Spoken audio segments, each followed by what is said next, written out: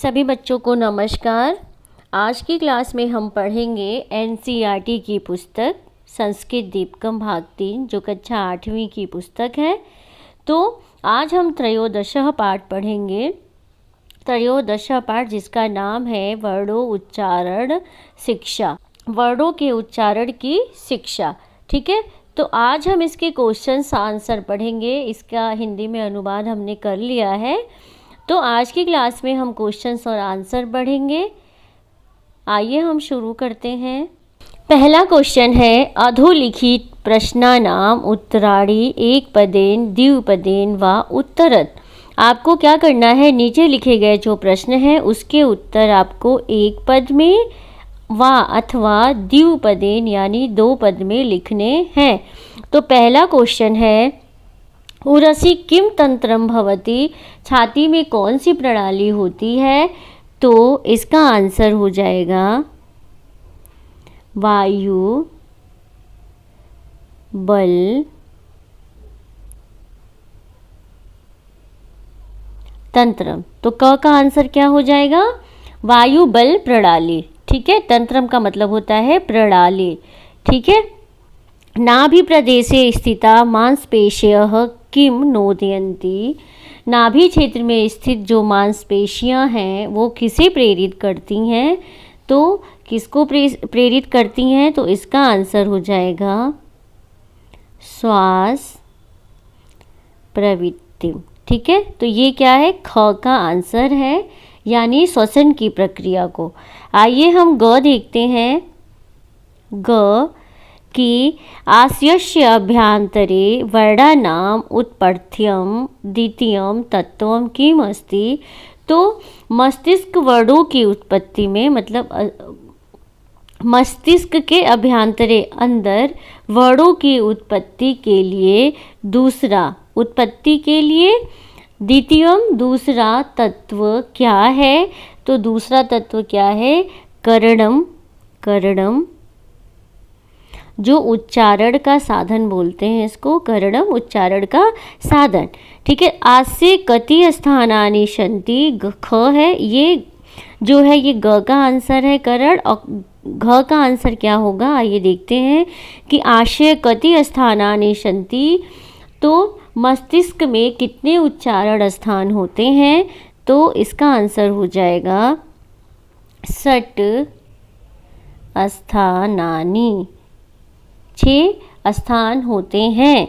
ठीक है, तो आइए हम अंगः देखते हैं। अंगः का क्वेश्चन देखते हैं क्या है कि स्थानस्य कार्य निर्देशनार्थम किम समुचितम उदाहरणम अस्ति।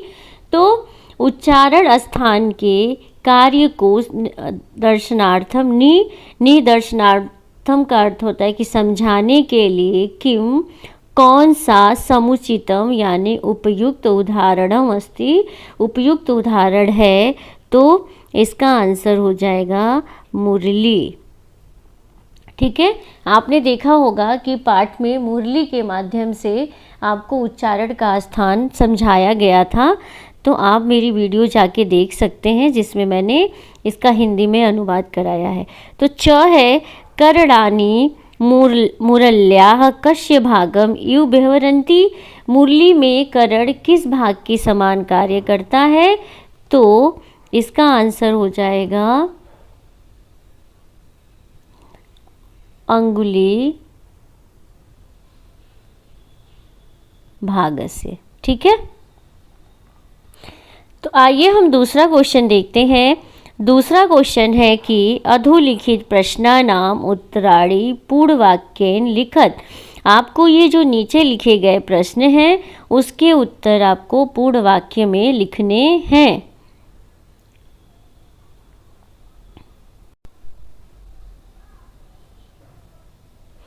तो क है करणम किम भवति, करण क्या होता है। तो उत्तर है वर्णस्य उच्चारण समय आस्यस्य यह भाग स्थानम स्पृशति, स्थानस्य समीपम वा याति सह भागम करणम इति कथ्यते।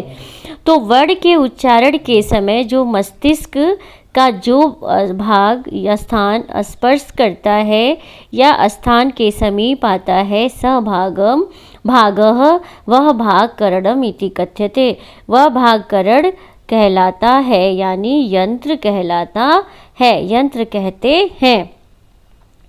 ख है कि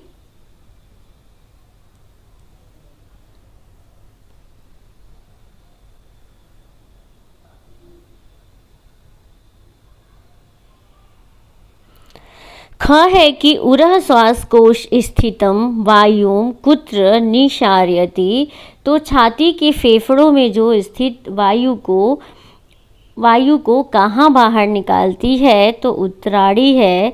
श्वासकोश स्थितम वायुम ऊर्ध्वम निशार्यति, मतलब ऊपर की तरफ निकालती है। हमने पाठ में पढ़ा था कि जो श्वास ये कोश होती है वो वायु को ऊपर की तरफ निकालती है। ठीक है, तो इसका ग है कि मुरल्याः अंगुलीश छिद्राणि कीदृशं व्यवहरन्ति, तो उत्तर है मुरल्याः अंगुलीश छिद्राणि आस्यस्य स्थानानि इव व्यवहरन्ति, तो मस्तिष्क के स्थान के समान व्यवहार करती है। ठीक है, घ है कि केषां वर्णानाम् उच्चारणे जिह्वा प्रायः निष्क्रियः भवति, तो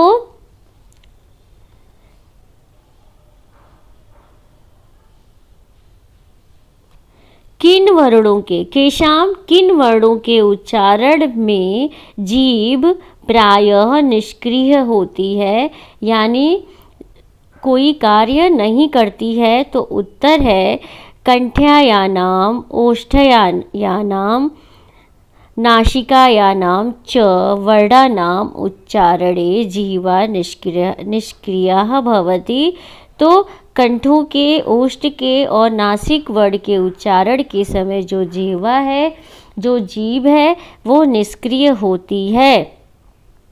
अंग है तालव्यानाम मूर्धन्यानाम दंत्यानाम च वर्णानाम उच्चारार्थम सामान्यकरणम किम अस्ति, तो अंग है कि तालव्य, मूर्धन्य और दंत्य वर्णों के उच्चारण के लिए सामान्य कारण क्या होते हैं, तो सामान्यकरणम यानी सामान्य यंत्र क्या होते हैं, तो तालव्यानाम मूर्धन्यानाम नाम दंत्यानाम च वर्णानाम उच्चारणार्थम सामान्यम करणम जिह्वा करणम अस्ति, तो जिह्वा यंत्र होती है।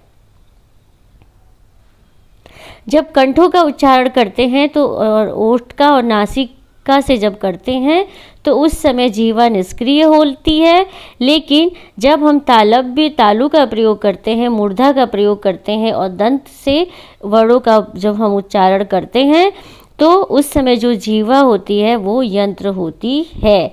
ठीक है, इसके बाद च है कि कंठ्यानाम ओष्ठयानाम नासिक्यानाम च वर्णानाम उच्चारणार्थम स्थानस्य करणस्य च मध्ये किम भवति, तो कंठ्य, ओष्ठ और नासिक के वर्णों के स्थान और करण के बीच क्या संबंध होता है, तो कंठ्यानाम ओष्ठयानाम नासिक्यानाम च वर्णानाम उच्चारणार्थम स्थानस्य करण च मध्ये स्वस्थानम भवति, तो अपने अपने स्थान का होता है। जब हम कंठ का करते हैं, ओठ का, तो नासिका का, तो उसके मध्य जो यंत्र होता है वो क्या होता है, स्वस्थान होता है। जब ओष्ठ का ऊपर वाला भाग है तो नीचे वाले भाग को स्पर्श करेगा, जब नासिका का अग्रभाग और पृष्ठभाग और कंठ का अग्रभाग और पृष्ठभाग। ठीक है, तो जैसे ओष्ठ का देख लीजिए एग्जाम्पल, प फ ब भ, तो इसका स्वस्थानम है, इसका जो करण है, जो यंत्र है, वो अपना उसका खुद ही स्थान है। ठीक है,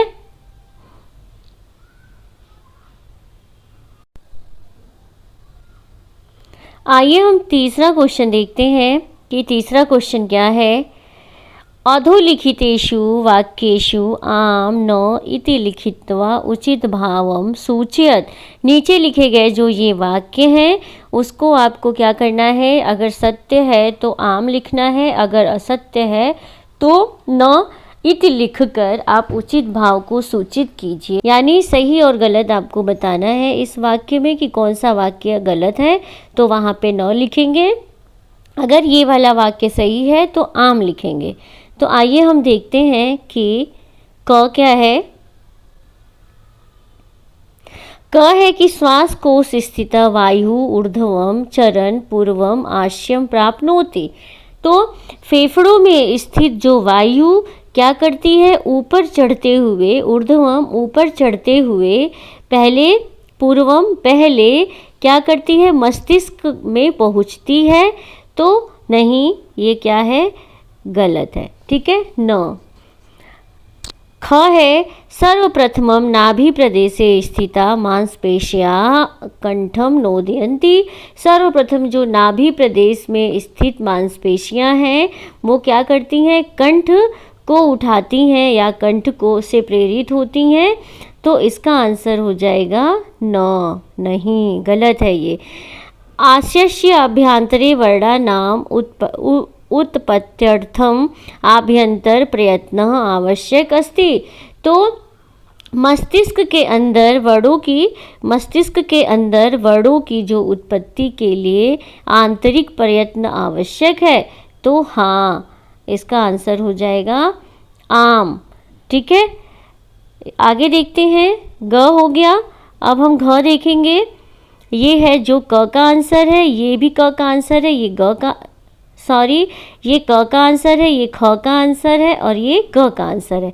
तो आइए हम घ वाला देखते हैं। घ है तालव्य वर्णानाम उच्चारार्थम दंतः स्थानम स्पृशति। तो तालव्य वर्णों के उच्चारण के लिए दांत का स्थान को स्पर्श करता है।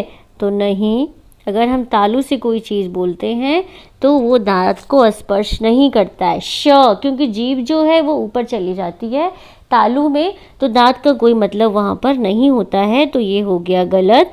मूर्धन्या नाम वर्णा नाम, मूर्धा वर्णों के उच्चारण के लिए जिह्वा स्थानम स्पृशति। तो मूर्धा के उच्चारण के लिए जीभ स्थान को स्पर्श करती है। तो हाँ, करती है, आम। तो मूर्धा में जब आप बोलो कि ट ठ ड ढ, तो ये क्या है, स्पर्श कर रही है। तो इसका आंसर हो जाएगा अ। आइए हम च देखते हैं। इसका आंसर हो जाएगा आम। ततस्थ स्थानस्य एव कश्चित् पूर्वभाग ततस्थ स्थानस्य परभागम स्पृशति। तो हर उच्चारण स्थान का ही कोई अगला भाग उसी स्थान के पिछले भाग को स्पर्श करता है। तो हाँ, तो आप ही देख लीजिए, जैसे होठ का बताया कि होठ क्या करती है, अपने पूर्व भाग और परभाग को करती है। कंठ में भी, नासिका को भी में जब हम उच्चारण करते हैं तो नासिका का पृष्ठ भाग और नासिका का जो अग्रभाग होता है एक दूसरे से क्या करती हैं, स्पर्श करती हैं। तो आम। तो इसका आंसर क्या हो जाएगा, आम। हम चौथा क्वेश्चन देखते हैं। चौथा क्वेश्चन क्या है, तो मुखे उपलभ्यमानानि स्थानानि बहिष्ठात् अन्तः यथाक्रमः, अर्थात विपरीत क्रमेण लिखन्तु। तो ये जैसे दिया हुआ है कि मुख में उपलब्ध स्थान, मुख में कौन कौन से स्थान हैं, मैंने आपको चैप्टर में बताया था कि मुख में जो स्थान है वो कौन कौन से हैं। एक तो मूर्धा है, दंत है, तालु है, कंठ है और ओष्ठ है। ये सब क्या है, मुख में है। ठीक है, अगर मस्तिष्क में बोला जाए तो सठ स्थान बताया गया है, तो एक इसमें जुड़ जाता है नासिका। ठीक है, ते हैं मुखे उपलभ्यमानानि स्थानानि बहिष्ठात् अन्तः यथाक्रमम्, अर्थात विपरीत क्रमेण लिखन्तु। तो विपरीत क्रम में हमें कैसे लिखना है कि हमें बाहर से अंदर की तरफ जाना है। ठीक है ना, तो बाहर की तरफ से हमें क्या करना है, अंदर की तरफ जाना है, ना कि अंदर से हमें बाहर की तरफ आना है। तो हमें उच्चारण स्थान बताना है, हमें क्या बताना है कि उल्टे क्रम में हमें चलना है। ठीक है, तो जैसे क है तो ये देखिए मुख के अंदर, मुख के उपलब्ध स्थानों में, तो मुख में ये सारे आ जाते हैं। और अगर हम बोलें कि मस्तिष्क में उच्चारण स्थान कितने हैं, तो वो हैं 6। इसी में हम क्या जोड़ देंगे, एक नासिका जोड़ देंगे। ठीक है, तो मस्तिष्क में बोले उच्चारण स्थान तो कितने हो जाएंगे, 6। अब मुख में बोले उच्चारण स्थान तो वो कितने हो जाएंगे, 5। तो ये मुख में जो उपलब्ध स्थान है उनको हमें क्या करना है, बाहर से यानी ओष्ठ से लेके कंठ तक जाना है। तो आइए हम देखते हैं। क है कि जैसे ये मूर्धा है, तो मूर्धा के बाद क्या आएगा, तो मूर्धा के बाद आएगा तालु, फिर क्या आएगा, कंठ आएगा। ठीक है, अब दंता है, तो दंता के बाद क्या आएगा, तो पहले फिर मूर्धा आएगा और फिर तालु आएगा और फिर कंठ आएगा। ठीक है, के बाद है कि तालु वाला देखते हैं। तालु है, तो तालु के बाद क्या आएगा, तालु दूसरा नंबर है नीचे से, तो इसके बाद आएगा कंठ। ठीक है, कंठ के बाद कोई सा भी मुख के अंदर उच्चारण स्थान नहीं है, तो ये हो जाएगा कि इसके बाद कोई भी स्थान नहीं है। ओष्ठ के बाद क्या क्या आएगा, आइए देखिए। ओष्ठ जो है वो सबसे बाहरी वाला हिस्सा है, तो ओष्ठ के बाद ही तो सारे आते हैं, तो ये हो जाएगा दंतः। फिर क्या आएगा, दंतः के बाद आएगा मूर्धा, फिर क्या आएगा, मूर्धा के बाद आएगा तालु, तालु के बाद क्या आएगा, सबसे बाद में आएगा कंठ। तो ये 5 हो गए, 1 2 3 4, नहीं, तालु, दंत, तालु, हाँ ये ओष्ठ हो गया 5। ओष्ठ, दंत, मूर्धा, तालु और कंठ, ये इसका क्रम है। अगर हम अंदर से आएंगे तो सबसे पहले कंठ आएगा, फिर तालु आएगा, फिर मूर्धा आएगा, फिर दंत आएगा, फिर ओठ आएगा। हम बाहर से जाएंगे तो सबसे पहले ओठ आएगा, दंत आएगा, मूर्धा आएगा, तालु आएगा और कंठ आएगा। तो आगे हम देखते हैं पांचवा क्वेश्चन। पांचवा क्वेश्चन है कि यथा योग्यम मेलनम कुरुत। आपको क्या करना है, यथा योग्य, इसके अकॉर्डिंग आपको मेल करना है। तो ये है सामान्य स्थानम, ये है विशेष स्थानम, ये है सामान्य करणम, ये है विशेष करणम। तो आपस में क्या करना है, सभी को यथा योग के द्वारा मतलब मेल करना है, इसको मिलाना है। ठीक है, तो आइए हम देखते हैं।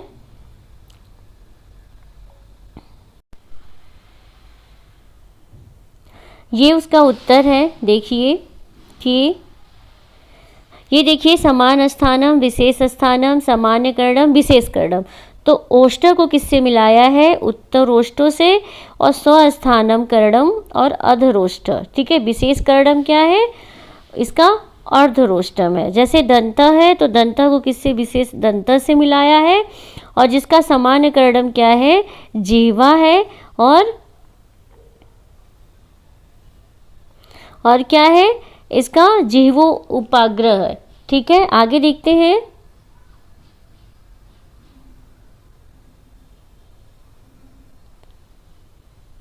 ये नासिका है, तो नासिका का जो ये होगा विशेष स्थान वो क्या होगा, नासिका मूलस्य ऊपरी भाग, और स्वस्थानम हो जाएगा करणम कंठस्य अग्र यानी। ठीक है, और जैसे ये कंठ है तो कंठ को हम किससे मिलाएंगे, इसका विशेष स्थान क्या हो जाएगा, कंठस्य पृष्ठभाग, और जिसका सामान्य करणम होगा जिह्वा करणम, और जिसका विशेष कारण होगा जिह्वा मध्य।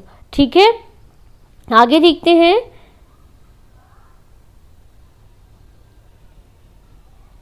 मूर्धा का क्या होगा, विशेष स्थान मूर्धा होगा, और जिसका सामान्य करणम क्या होगा, स्वस्थानम होगा, और जिसका नासिका मूलस्य क्या होगा, अधोभाग होगा। और ये देखते हैं तालु का विशेष स्थान क्या होगा, तालु, और जिह्वा करणम जिसका सामान्य कारण होगा और विशेष कारण क्या होगा, जिह्वा अग्र। ठीक है, अभ्यास के जो प्रश्न हैं यानी क्वेश्चन आंसर यहाँ पे ख़त्म हो रहा है। लेकिन जैसा कि हमने हर चैप्टर में पढ़ा है, कुछ व्याकरण के नियम बताए हैं छोटे छोटे पार्ट्स में, तो हमें भी ध्यान देने की ज़रूरत है। तो अत्र इदम अवधेयम, हमें यह जानना चाहिए क्या चीज़ें हैं, ये देखते हैं कि स्वर स्वर की यहाँ पे परिभाषा बताया है। स्वर और व्यंजन सभी को पता है, वर्णमाला में स्वर और व्यंजनों से मिलकर बना होता है। तो स्वर इतस्य परिभाषा वाक्यम, स्वर की परिभाषा बताने वाला वाक्य है ये। स्वयं राजन्ते इति स्वरः, स्वर क्या करता है, अपने आप में स्वयं उच्चारित होता है, इसमें ये स्वतंत्र होता है। ये वर्णा, इसका अर्थ क्या है कि ये वर्ण जो होते हैं स्वतंत्र रूपेण, यानी स्वतंत्र रूप से उच्चार्यन्ते, उच्चारित होते हैं। ते स्वरा भवन्ति, वे स्वर कहलाते हैं। जैसे अ है, आ है, ई, उ, ये सब क्या है, स्वर है।